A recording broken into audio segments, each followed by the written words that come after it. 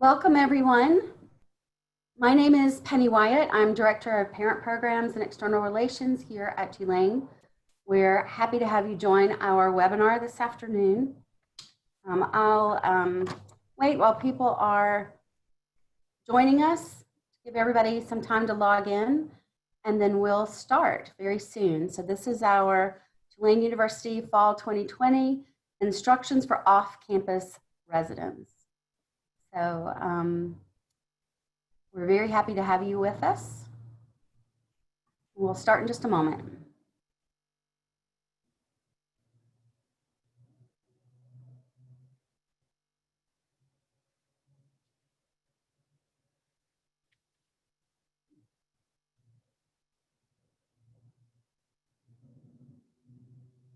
So again, everyone, welcome to our webinar this afternoon. My name is Penny Wyatt. I'm Director of Parent Programs at Tulane. We have a great set of my colleagues here to talk with you this afternoon, and we're going to review the Tulane University Fall 2020 Instructions for Off-Campus Residents. So I'll tell you a little bit as we go through the slides. I want to just give you some instructions for how the webinar will proceed today. So if I can have my colleague put those slides up, we'll get started. I'm just waiting for permission to share my screen. Okay. So I'll just give you a little bit of instruction. So in today's webinar, we're in a Zoom webinar format, which is different from meetings. So the chat function is disabled, and you will be able to submit questions to us via the Q&A button that you'll see on your controls. But we do ask that you hold your questions until we cue you to do that. Our panelists have put a lot of thought and time into their presentation, and they've tried to anticipate your questions. So we want you to really just listen and absorb that information. If you need to take notes on your side to just make some notes about things you may want to ask questions about, then do that. But it may be that your question will be answered within the course of the presentation. And so it helps us quite a bit that you wait to submit questions until we give you the go-ahead. And I need to tell you that it just helps us so much that we may have to skip questions if they're submitted too early, because we may anticipate that those questions have been answered by the time we get to the end. So just help us manage that really efficiently by holding your questions, and we'll try to get through as many questions as we can. Please keep your questions on this topic. This will be a rather broad topic, and you'll have an idea once you see who all the panelists are, kind of the scope of covering today. So help us do that. There are other webinars on other pieces of the what we've been planning and preparing this summer for the fall return. We'll mention those at the end. You'll be able to see a PDF of these slides, and a link to the video will be posted next week, and we'll share contact information in case you don't have your questions answered and you need to reach out to one of these presenters on your own later. So I would like to introduce the panelists for today. So you'll see their names on the slides in just a moment. So we have today Kirk Bouyelas, who is the Chief of Police for Tulane University Police Department. Lauren Jardell, who is Director of Local Government and Community Relations. Dr. Scott Timms, who's the Assistant Vice President for Campus Health. And Erica Woodley, our Dean of Students. So at this time, I'm going to let our panelists take the presentation on from here. Thank you. Okay, so I'll start. I'm Lauren Jardell. As Penny said, I'm the Director of Local Government and Community Relations. In brief, what that means is I am the university's liaison with local governments and the neighbors and neighborhood associations surrounding the Uptown campus. So briefly about COVID, The numbers today from the state, there are 1,708 new cases today.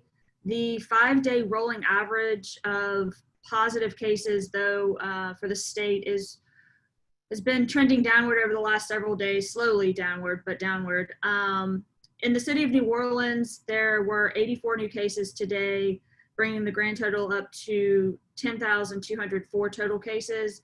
The 5-day average in New Orleans for new cases, that is hovering around 100. The city would really like to see that closer to 50. That is one of their health milestones. The city's rate of transmission is just above 1.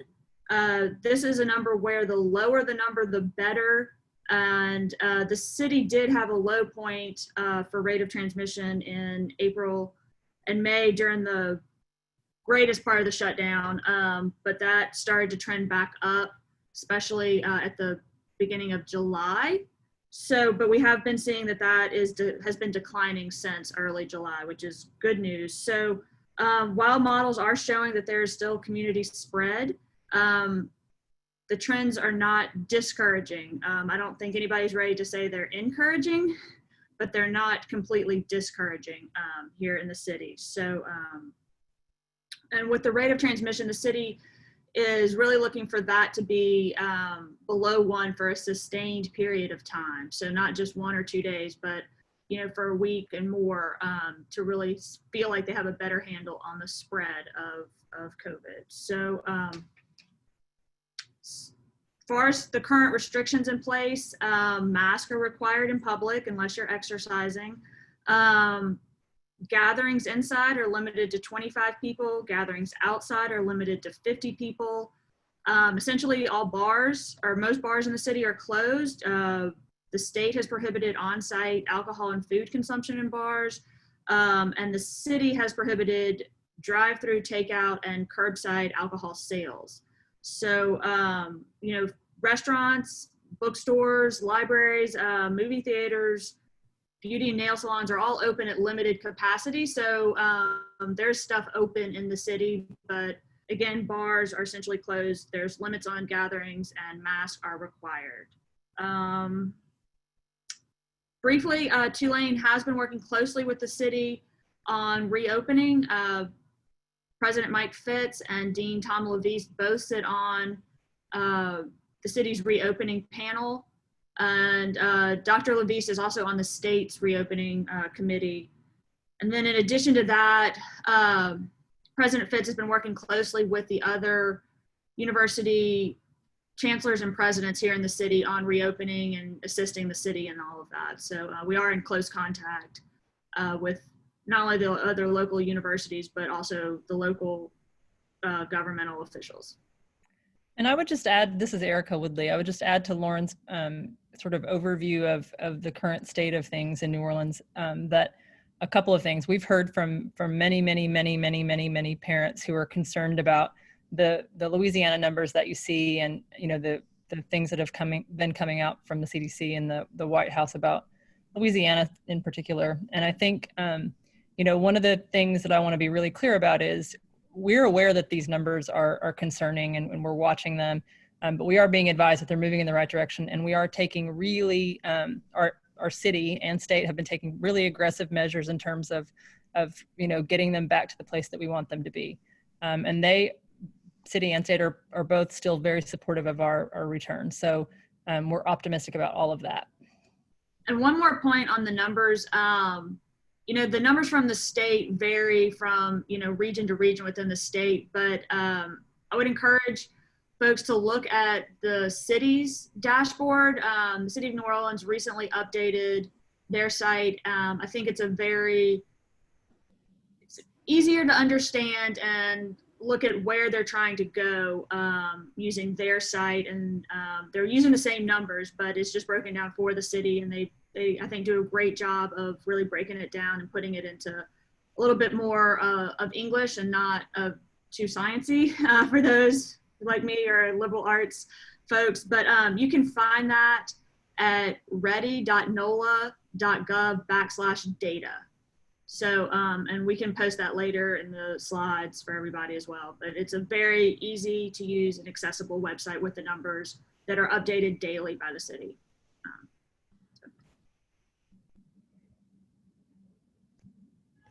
So, hi, I want to talk just a bit about our public health expectations on campus, which is really a cornerstone of our comprehensive reopening plan around our public health strategy. So we will have we're requiring daily symptom checks of all faculty, staff, and students. We actually started that program with staff this week. Text messages being sent. You'll click a link and it'll run you through the most common symptoms related to COVID-19 and be able to respond to that. Students and our faculty will start getting those texts on Monday. So if you're a student or a parent of a student watching this, and please respond to the text. It is legit. It is really from Tulane. I get a lot of questions. Is it spam? It's not. We will be texting you and asking you to remember to do that. If you go to our website, the daily symptom check is available there. You can actually print out a paper version of it if you prefer to do it that way. So we've tried to make it as easy as possible. We also are practicing social distancing on campus. Social distancing is right now 6 feet apart in all areas. The classrooms, meeting rooms, dining areas, all of our spaces on campus have been designed to promote social distancing. I was in one of our testing centers today. We have a queue set up so that everyone who's waiting for their test can stand 6 feet apart. We have similar protocols in the health center now. So social distancing is a really important piece. Face coverings are required. We will be providing all students, or we have purchased for all students, 2 face coverings, Tulane branded. So face coverings are required in all common areas and when you're with other people. So if you're walking between classes when there are lots of people out, you should have a face covering on. If you are in your residence hall room or your personal room in your residence, no face mask required. If you're eating, no face mask required or face covering required. But any other time, you should have a face covering on, and you should be ready with one in your bag or backpack just in case. We also will have face coverings at various locations around campus to help. I can tell you it's really easy to walk out and to forget your face covering, but we are trying to put those in strategic places to facilitate that. Hand washing, of course, a key component to the health and safety protocols. We have positioned hand sanitizing stations throughout campus, so there's additional hand sanitizer available, residence halls, lots of our main buildings, entrance and exits in different various places. So we've tried to make it very easy to clean your hands. Hand washing and face covering are to me, one of the most critical pieces of this. I think they have the potential to stop the spread more than any of the other items that we're talking about in some ways. We know that COVID is primarily spread through close personal contact.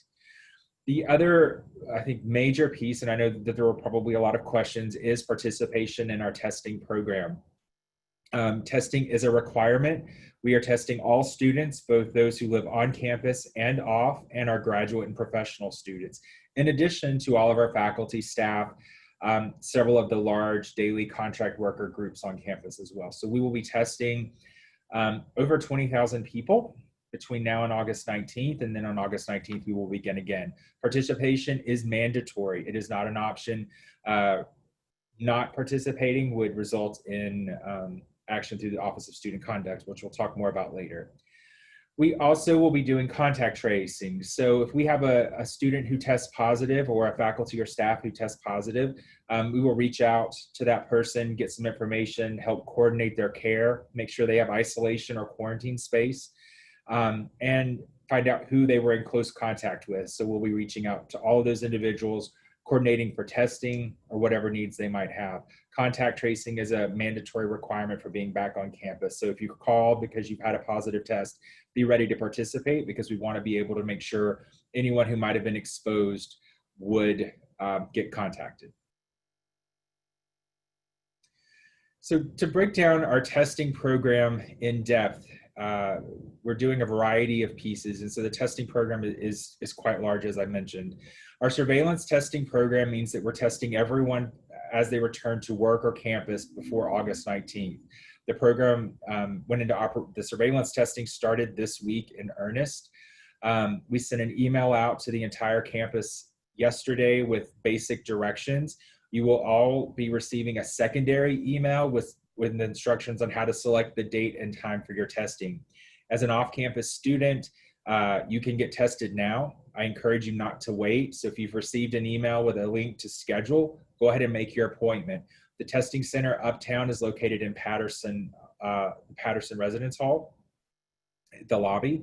But you do need an appointment with a date and time selected to go to that. We also have a downtown testing center as well. But please select a date, time, and get tested. You are required to do that prior to classes starting on August 19th. Please do not wait to the day before. Once you've got your test done, you show up, it's a swab in your nose. It's a very short, looks about the size of a Q-tip. You'll actually be swabbing yourself. You'll receive results in about 24 to 36 hours via email. This is a special process that was developed through the School of Medicine, and working with Campus Health, we facilitate getting you there and getting your results to you. The School of Medicine lab processes the test. So again, watch your email, make sure you schedule as soon as you receive that scheduling link. We also are doing our daily symptom tracker. Those texts started this week for our staff. On Monday, students will begin receiving those emails. Please start doing the symptom tracker. I talked about contact tracing in depth, but just let me walk that through what that might look like for you as a student. If a student tests positive, the contact tracer will call. They'll determine whether you can stay in your residence or if you need another place to isolate so that you don't expose your roommates. If you live in an environment where everyone there that you live with has been exposed, you could potentially stay in your own home. We just have Patterson as an option for you if necessary. We'll find out who you've been in close contact with. And close contact in contact tracing terms is someone you've been around 15 minutes or more, closer than 6 feet. So you've had some real proximity for a long amount of time. That would not necessarily be everybody in a class, wouldn't necessarily be everyone that you live with in your home. But we'll determine that. We will contact those individuals for testing. We will not disclose that you tested positive. We just say that you were a close contact, and we will facilitate those individuals getting tested. We'll work with you on all the actions and necessary what you might need to do to help manage class. We'll be linking you up with our case management and victim support services. So we have a whole sort of support system in place for that as well. Wastewater testing will also be done on campus this fall. So we'll be looking at wastewater, which takes samples of sewage, looks for COVID virus. That can actually help us pick up an outbreak about a week early before the testing would. So we're excited about that. And then we also have an illness reporting form. If you go to the COVID website, on the Tulane COVID website, there's an illness reporting form. So if you get tested off campus, if you, for some reason, were tested somewhere other than Campus Health, you should file that report. It'll activate all of our services. We will reach out. We'll do contact tracing, make sure you have isolation or quarantine space if necessary, and make sure that you get the follow-up that you need. So really check the illness reporting form out. If you hear about a friend and they don't want to do it, you can do the report for them. But please take a look at the website. Lots of information on all of these pieces. All of these services that we have available will allow us to look at our data comprehensively to understand what's going on. The symptom tracker, for example, if I had a lot of people who reported symptoms and they were in a certain building on campus, I could change our testing queue and get those individuals in earlier. If I see a lot of off-campus students reporting fever, we might do some special messaging or change testing patterns.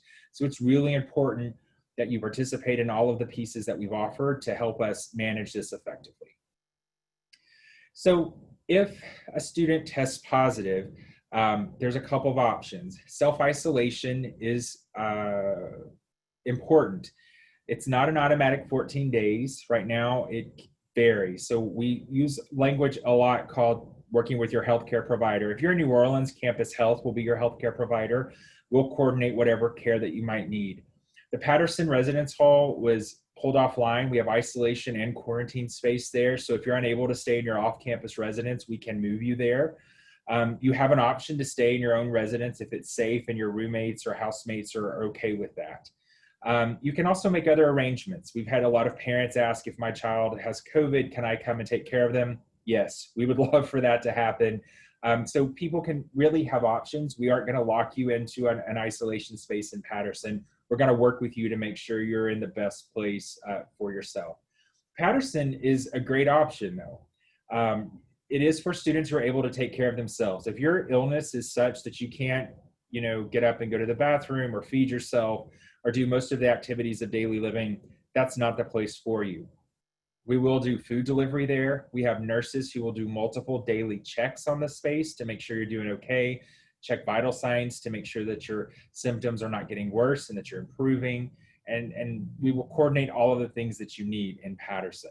We'll also work with you to return to campus. So our physicians will be monitoring your care and give you a clearance when it's safe for you to go back to class and engage in other activities on campus outside of the isolation space.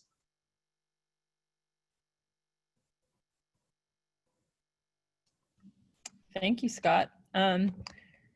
Now I'll talk a little bit about the behavioral expectations that we have for off-campus students. I know many of you have been in touch about this and have heard about this.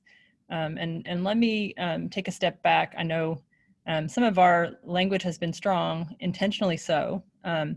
But I want to draw a distinction. We've been working with a committee over the summer comprised of students and staff to look at a plan for how we enforce these behaviors and how we make sure that our community is accountable.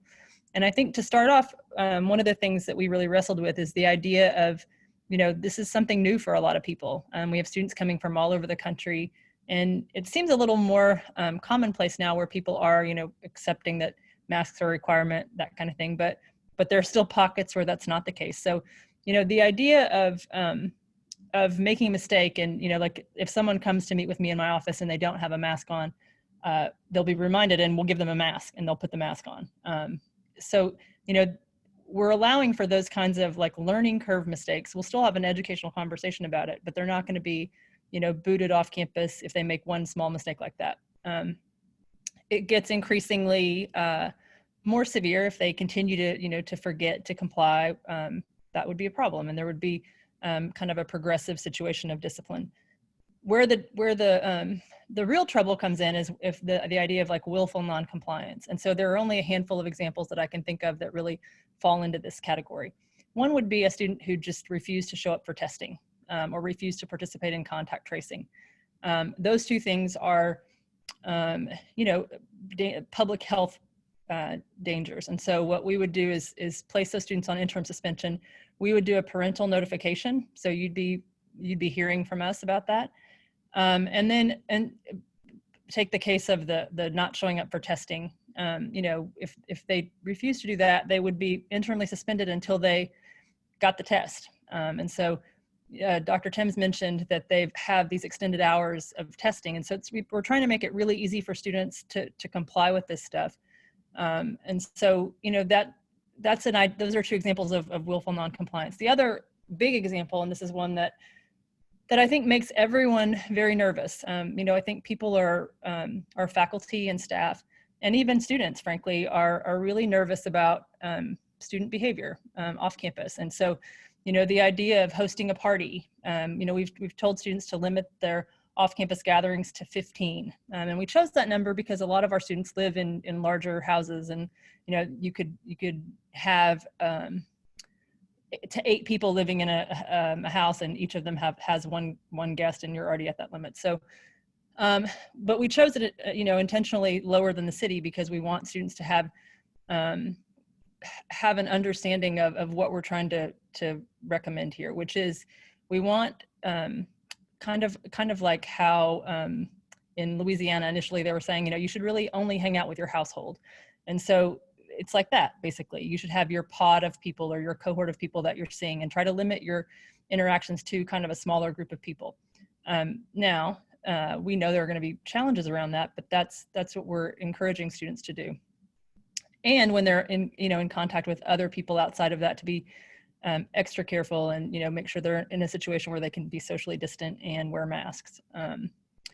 So the notion of how we're going to enforce all of this, I think it keeps people up at night. But I can tell you, in my 18 years at Tulane, one of the things that has been nice to see, this sort of the silver lining of this, is that students are really stepping up and holding each other accountable in ways that I haven't seen during my time at Tulane. So people are calling us and saying, my friend's thinking of having a party, and it'd be great if you'd call and talk them out of it. Or sometimes it's, after the fact or during the fact, and they'll say, this party's happening at this time and we want, they're calling they've always called TUPD about things, but not really to report parties and this kind of thing. And then they're also holding each other accountable directly. Like you'll have students who confront another student and say, you need to wear a mask, or, we're seeing this stuff happening now. And so I'm hopeful that will continue when students come back. And I think the thing that we have going for us, number one, we have incredibly bright students. We have students who I believe have the capacity to make good ethical decisions. And when they understand, what the stakes are and what consequences, not just personal consequences, but what consequences could arise from their behavior, I think they can make good decisions. And we've seen that so far, and I'm encouraged by that. So, whoops. So these are some of the things that we expect. The students basically have to comply with all of the, our specific policies, but also the city and state policies. They can't host gatherings of 15 or more. Student organizations are a bit different because we have some oversight of those, and those things will be happening on campus. So those more so mirror the city guidelines. So 50 people outdoors, I think that's slightly lower than this. I think the city's at 100, but 50 people outdoors and 25 people indoors. They need to keep things orderly and neat. This is a problem that we have, by the way, not just during COVID times. We have people off-campus students who struggle to maintain their trash in a way that's not all over the block. But it's even more important now because people are really sensitive to, hygiene and keeping things clean. Also, as Scott mentioned, it's just an important thing in terms of keeping their residences clean and disinfected. We actually have a guide that we created for off-campus students. Penny linked it in the email for this webinar, but it's essentially a COVID guide for students. And I know you all should have gotten Lauren, the guide that Lauren's office prepared about just general off-campus living, but we created one specific to COVID. And if you haven't had a chance to review that with your student, I definitely recommend it because it's got some really good tips. And then the last one is, and this is something that will at least be in place for the fall, off-campus students can't visit on-campus residence halls. And really, on-campus students can't visit residence halls that aren't their own. And the reason behind that is just to limit the amount of kind of cross spread that we might have. And so that's in place for now, and we're open to revisiting that after we see how the fall goes. But for now, we're kind of trying to limit that kind of interaction. And then I talked about this, but it's just really like 3 levels of severity. So, the low, the things that were, maybe you forgot something, or, your roommate complains that you're not being clean. We'll come in, we'll have a conversation with you, and we'll try to, to correct the behavior. Something medium would be, kind of continuing to make the same mistake. Eventually you're gonna have, the stakes are gonna get a little higher. And then the high severity is the stuff that I talked about. Doing things that put other people in danger. And that's not a departure from our current code, by the way. Like, this is something that we've always had in place. If your behavior endangers others, you have more severe consequences, including, in times you can't be part of our community. So I would also say in all of these matters, there's due process afforded to the students. So we're not just automatically kicking people out. They get the opportunity to explain to us their side of things. But I think it's important for our students to understand our position on this, because I've been at Tulane for a very long time. It feels like forever, but a lot of members of our community view our students as, sort of people who come in and they consume and they use and they don't give a lot back, and then they leave. And this is a time when we have an opportunity to change that perception based on, bringing our students back and having them show our community what they're really all about. So I'm hopeful about that. Like I said, students are already reporting problematic behavior, but if you as parents hear of problematic behavior, or think that there are things that we should be aware of, including, as Scott mentioned, you know, if you hear that, or if you feel that like your student's roommate tests positive and you don't know that it's been reported to us, you can always let us know. The concerns form is one way. Scott, what's the address for or where can they find that link? If they go to the COVID website and they look for the illness reporting form under the public health strategies, it's there. It's not an easy to find link, but if they go to the public health strategies, scroll down, there's an illness reporting form link there. And I'll add it to this PowerPoint before Penny posts it, just so you can have all these resources in one place. You can always call the TUPD non-emergency number, and then if you're local, or if your student asks about reporting some of this, they can also call 311 to file this report. That's basically reporting it to the city. And the city's been following up aggressively on these reports. So I definitely encourage that to report in that way as well. Now Lauren's going to talk to you about some general neighborhood relations things. Yes. So as Erica mentioned, that in addition to the COVID specific regulations, the longstanding code of conduct and city ordinances, state laws all still apply.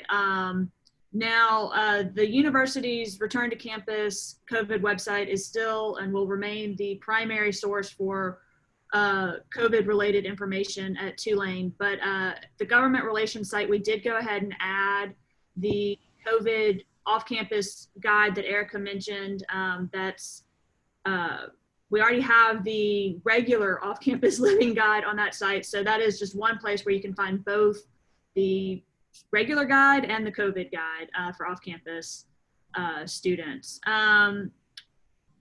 Your student should report their local New Orleans address. This is something that's required, I think, in Banner, but we generally highly encourage this for a lot of reasons in normal times, but even more so now. So a couple of the things that neighbors are home now more often and will likely be much more attentive to. So as Erica mentioned, trash. Trash needs to be bagged and disposed of properly. Depending on which side of campus your student lives on, trash could either be picked up, if you're on the Broadway side, the west side of campus, trash is picked up on Wednesdays and Saturdays and recycling on Fridays. If you're on the Calhoun side, the east side of campus, trash is picked up Tuesdays and Fridays and recycling on Thursdays. You may have read that, about one of the garbage contractors is their employees are striking, but trash is still being picked up. So the rules still apply for trash pickup. The guide goes through a lot more detail on bulk trash and other specifics related to trash and recycling. Parking is, especially on the west side of campus, on the Broadway side of campus, is an issue.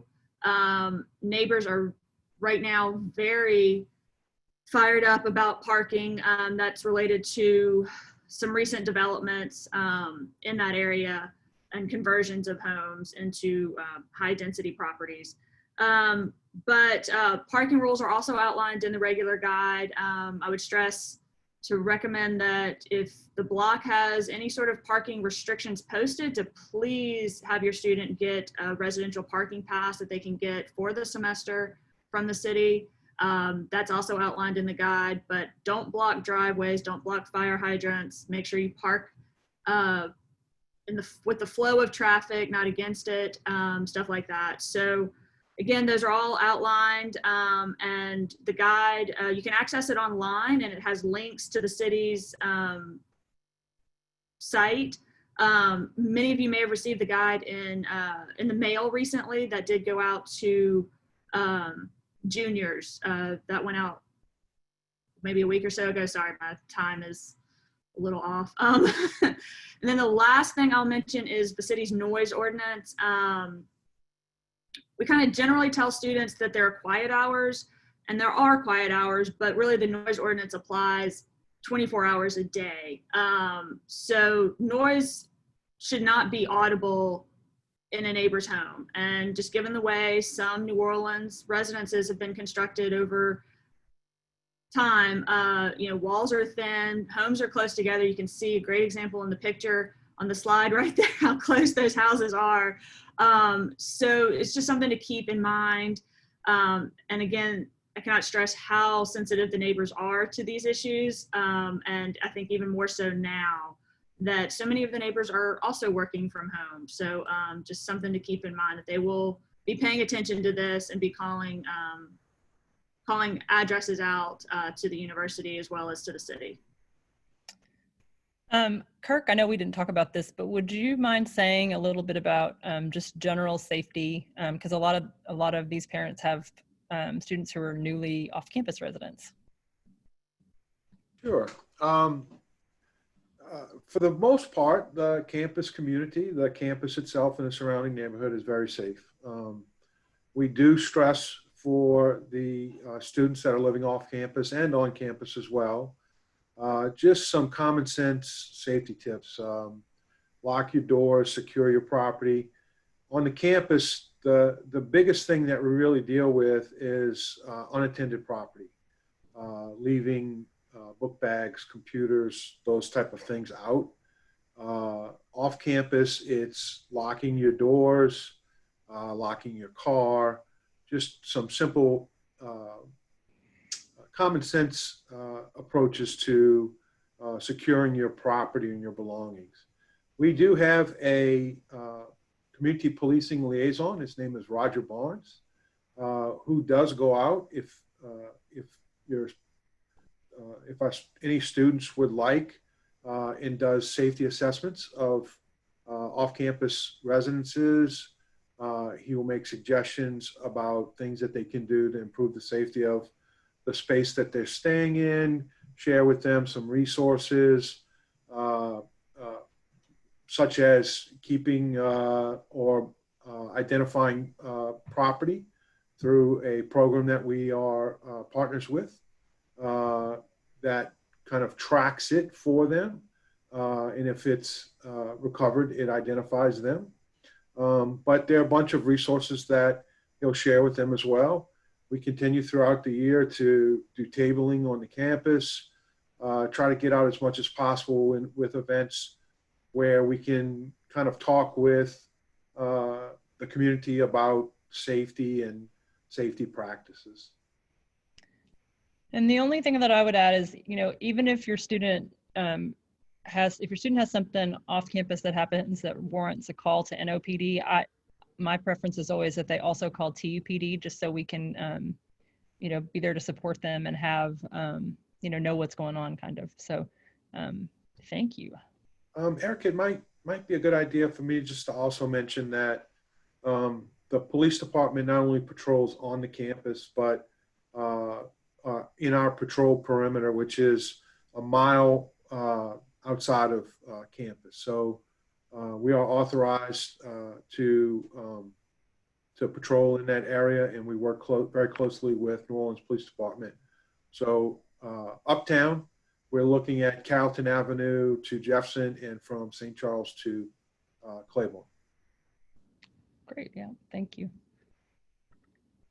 So that wraps up the formal part, and now we're going to go to questions, but I'm going to stop sharing my screen. All right, guys. So the first question is for Scott. Scott, are there charges associated with an off-campus student quarantining in Patterson? So no, Patterson was set aside by the university. I'm able to use it however I see fit for whatever students are necessary. There's no charge for that. There's also no charge for the testing program. Can I talk just a little bit more about testing? There were a couple questions. Sure. To clarify. I saw, I want to clarify about the self-swabbing. I know that there were some questions about that. Students are not self-swabbing on their own. They're doing it in front of one of our observers who shows them how to do it to make sure that it's collected correctly. So that is done under observation of a healthcare provider at the testing center. Scott, this is also for you. Will Tulane be publishing statistics on COVID positive likely cases on campus? If so, how frequently will that be happening? Sure, we're working on we've built the webpage. We're just trying to work on pull the data together. Right now, our testing program has been using several different systems for reporting purposes, so it's been a little difficult to get it into one place. But our goal is to provide number of tests done on campus through our program and the number of reported positives that we have through that program or from outside test sites that Tulane students report to us. We've been tracking the number of cases that we have already. We're just trying to confirm and clean that data up. We plan to update it on weekly, most likely Wednesdays, once the data goes live. And I can also just say right now, our numbers of confirmed positives among the Tulane community are very low. We've had a lot of people think they had COVID and report it to us, and then we do some work to help them get tested or access. And actually, we've been very lucky, I think, as a community to have not had significant numbers of COVID break out. We've had very few students who've tested positive, and we're talking probably less than, since the beginning of this in March till now, probably less than, I'm going to say 30 to 40 cases total. Kirk, this one will be for you. Is the boot currently closed? Yes, it is. With the current restrictions that the city has on bars, the boot's currently closed, and they will not be able to open up until the city determines that they can go to the next phase. Now, even with the next phase, there may be a carve out for bars. We're not really sure, but it would be at the next phase that they'd be allowed to reopen. And I would add, Kirk and I meet regularly with both the owners and the people who run the boot, just to try to manage that relationship so that they're able to, I think, take feedback from us, and we help them where we can in terms of making sure that our students are safe. This question says, one of my son's classes says lecture tech enhanced. What exactly is that? And so basically that is, they should all eventually say either online or something tech enhanced, because it's indicating that all of these classes are able to be, like if your student gets sick, they don't have to go to class. We want to really encourage students when they're sick to stay home. And so this just means there's a portal or an online portion so the student can keep up while they're making sure they're well. I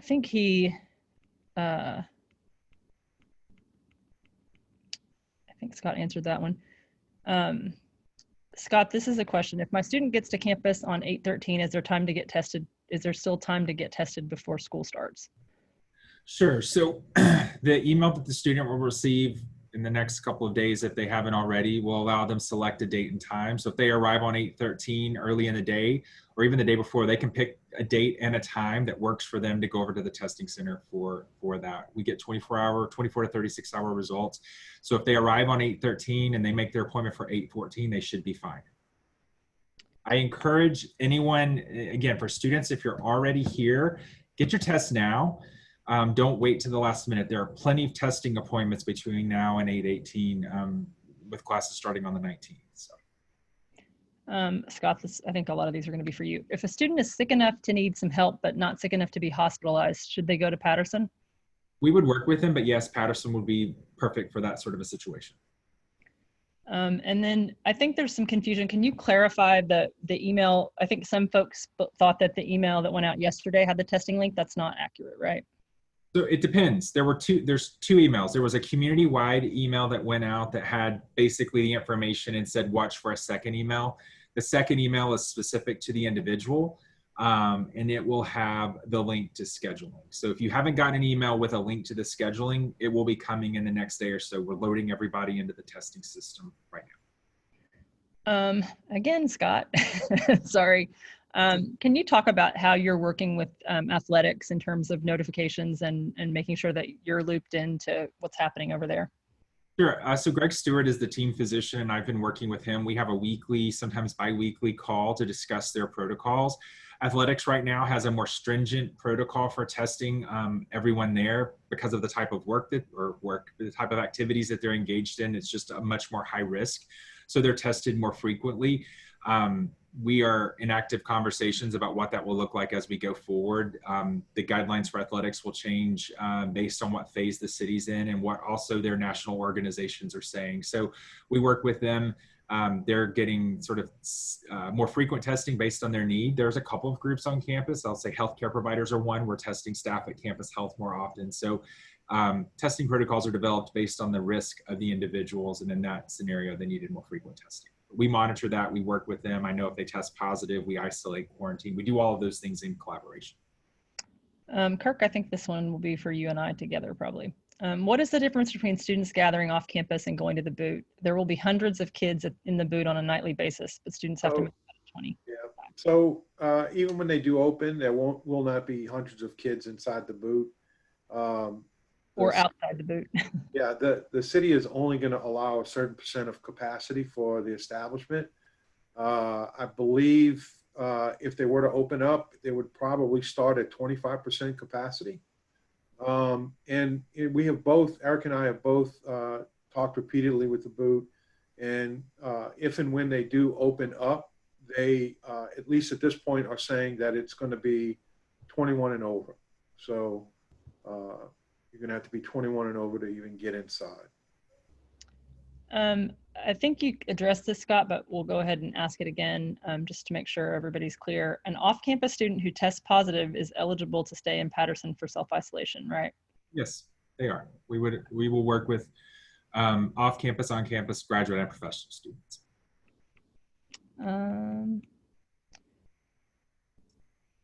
This says, I'm an alum, a parent, and a nearby resident. What if a student hosts an outdoor party at 50 and claims they're an organization? So there's a process by which you have to register your events. And so you couldn't simply do that. You'd have to do some pre-work. And I think we'd probably be able to figure out if they were or not an actual organization. The other thing is, I think if you have people in an off-campus setting, there are still requirements. The city, even for the events that are approved, we still have city requirements in terms of safety monitors and things like that would have to be upheld even for approved events. But we wouldn't approve an event at a private residence in that manner right now.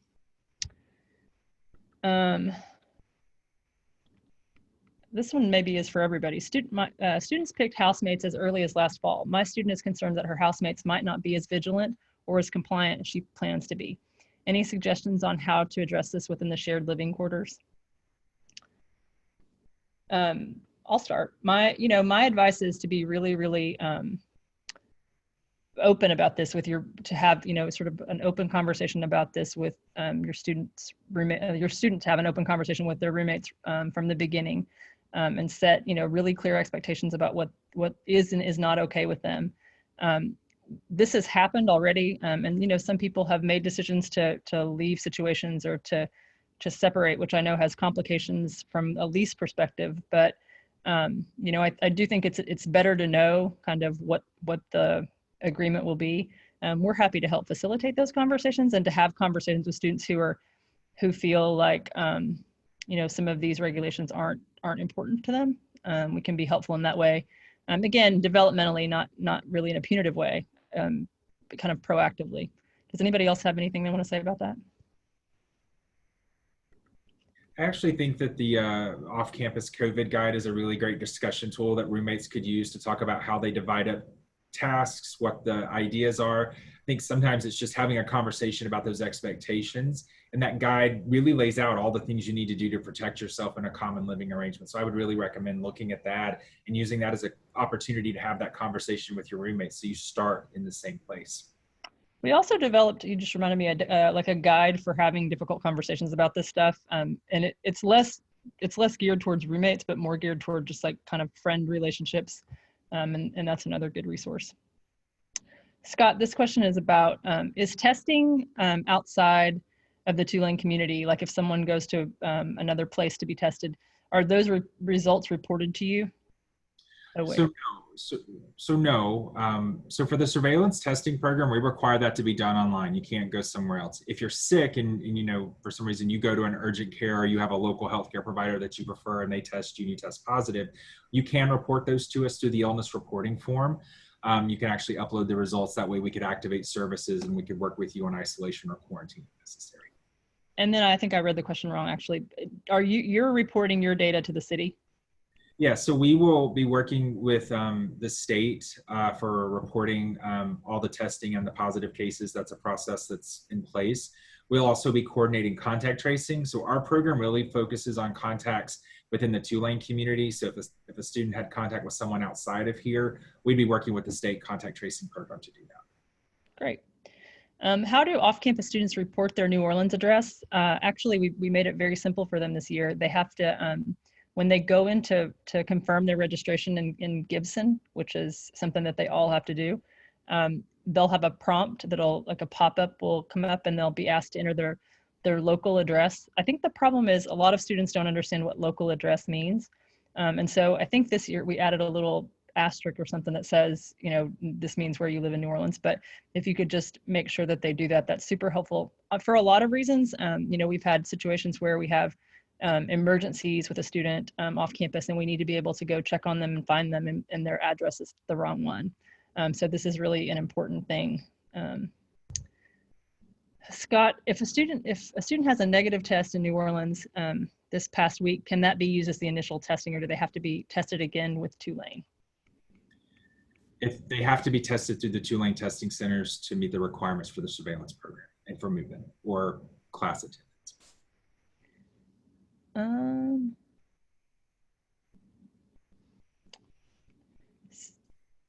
Hold on. Can students get the antibodies test through the school? We will be offering antibody testing. We have not set that protocol up. We need to get through this first round of just their basic PCR, the surveillance testing that we're doing. We will offer that sometime after the semester starts. Just want to clarify too about when I've got a lot of people ask about why we won't take outside results. One of the issues that we're running into, and we've seen this with a lot of our employees, is that there are a lot of people doing COVID testing in the city, and those tests vary in quality. We actually had an employee who went to get tested and then called us afterwards. They had to pay a lot of money for it, and they were told the test was only 50% accurate, which is not worth getting the test at that point. So we've put that rule in place because of the variability in testing, and a lot of places are offering tests that really are not good. So we wanted to assure the fidelity of our program with using our test. Our test was developed by School of Medicine, so we have really good faith in it. Scott, this is another question that we talked about earlier. So for students who are traveling in, flying in, or coming otherwise, do you recommend any kind of quarantine time before they travel? You know, our recommendation before travel to New Orleans is, you know, to limit as much as you can, monitor your symptoms, wear your face covering, wash your hands. All of those core public health strategies, you should be doing those before you come here. I think while traveling, you know, making sure you think about airplanes and common areas like that. I think travel is tough, but having your hand sanitizer, having sanitizing wipes if need be, those sorts of things. If you can quarantine, that's great. I just know that that's not realistic for a lot of people in this environment right now. So I think do the best you can, but follow those other principles and you'll be good. We're getting a lot of questions about remote learning. And so to clarify, if a student designates themselves as a remote learner and they're taking all online classes, that's really put in place for students who are uncomfortable coming back. And we wanted to make it have a flexible kind of plan so that they could not return to New Orleans if they wanted to. So we're getting questions about, you know, if you're in New Orleans and you're a remote learner, because there are restrictions for remote learners in terms of their access to campus. And the reason for that is because they're not part of the testing protocol. And so they can't come to campus. Now, if they are interested, if their classes for some reason switch to remote learning and they didn't actually opt into that, they can work with their academic advisor to not be a remote learner. And they can, you know, have in-person classes that the advisor can work with them to make some changes that will accommodate their kind of academic needs, but also allow them to be part of the campus community. Scott, can you talk about the frequency with which students will be tested? I know you talked about that a little bit, but there seems to be a little bit of confusion about it. So we're testing everyone now between now and when classes start. Beginning on August 19th, we will be testing everybody monthly. And that equates to we'll be doing a random selection of students, faculty, and staff every day. So it's about 5% of our total population will be tested every day beginning August 19th. And then beginning September 19th, we'll start over. So we'll be testing everybody on a monthly basis. This one is, will there be any restrictions on non-students or staff entering campus? Yes, we are, the president has made it public that our campus is closed for visitors, basically. So, you know, no one will be on campus without a specific need to be on campus. And to that end, we've had a cooperative agreement with Bouyelas for a long time where, you know, our students went there and they could come here, and we're putting that on pause for right now. So our students won't be able to use their dining hall. They won't be coming over here. And we've closed the library to non-affiliates and our Riley Center as well. So, you know, we've made moves in the way of closing our campus for visitors for the semester. If I can add or kind of clarify to that, while campus facilities, yes, are closed to non-affiliates, that does not mean that the neighbors cannot walk, run, or bike through campus.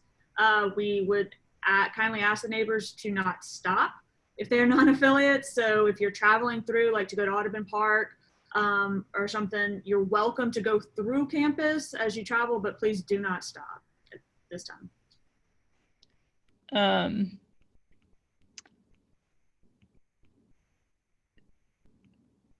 Scott, this is another, what, can you just say what, if this is if an off-campus student arrives on August 15th, will they be able to schedule a test? So to clarify, the test should be scheduled before August 15th. The scheduling part should happen before August 15th, correct, Scott? Yeah, so they're going to receive the email. A lot of students got them today, but in the next few days, they will have the email. They can select their date and time for their test as soon as they get that. August 15th is fine. Okay, and there's a question again. There was a question about what's being sent via text to students, and it's this daily symptom tracker. So they'll get a text that reminds them about that.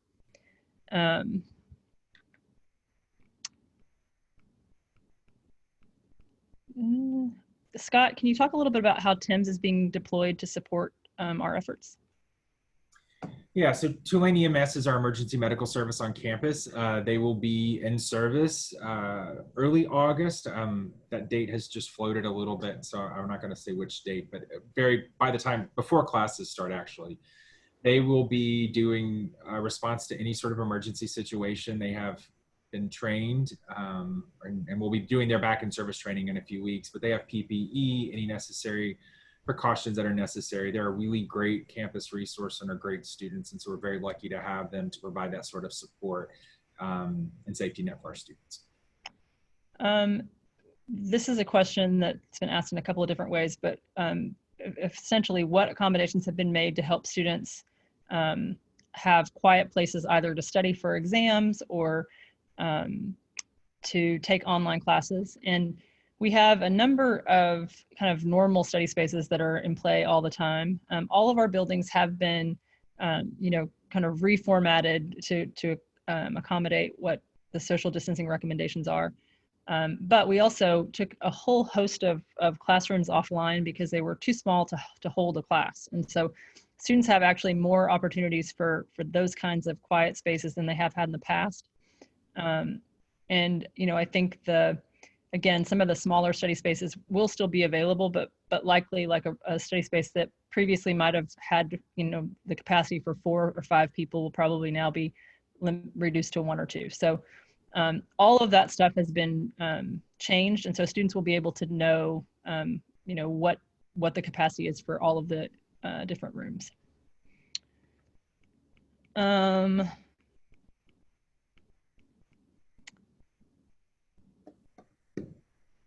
Yeah, so this is a question about kind of, you spoke to it earlier, Scott, but can you just say it again?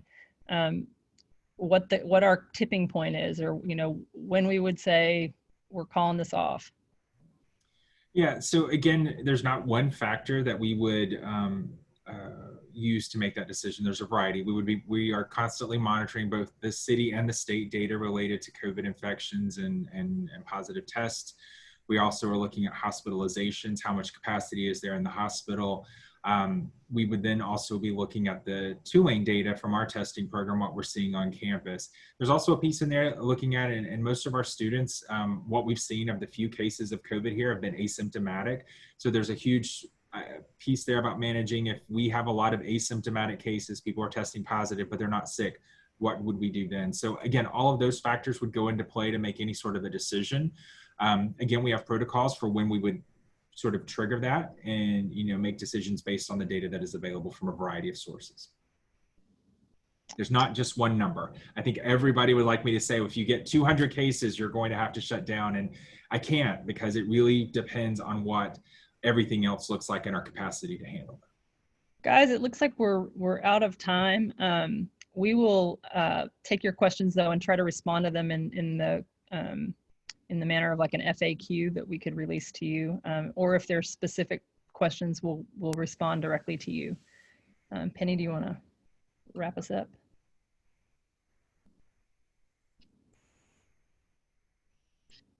Yes, I just wanted to mention that the previous webinars that the President's Office has produced can be found on the Return to Campus website.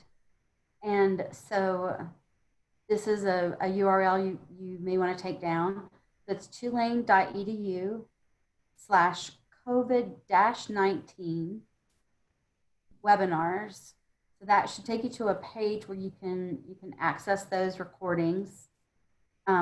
It's, if you go to just tulane.edu/COVID-19, the very first tab on the left is operations, and the webinars are listed under that drop-down menu. So you would just go operations, then webinars.